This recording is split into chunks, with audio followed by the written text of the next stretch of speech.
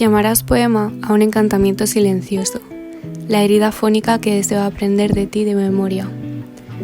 Chantal Maillard, lo que el pájaro bebe en la fuente y no es agua.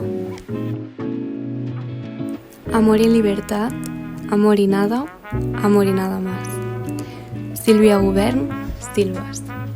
Crea una obra perfecta, por pequeña que sea, por invisible que permanezca a la mirada de los otros, aunque no a la tuya, interior, y habrá salvado tu vida.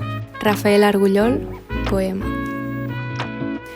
El exceso nos frecuenta, siempre algo está de más y rompe la proporción, la medida justa, necesaria. Si la identidad se sostiene sobre el nombre, quizá la iniciación a la sabiduría dependa de su despojamiento. Desnudar el nombre, dejarlo virgen, dispuesto al renuevo.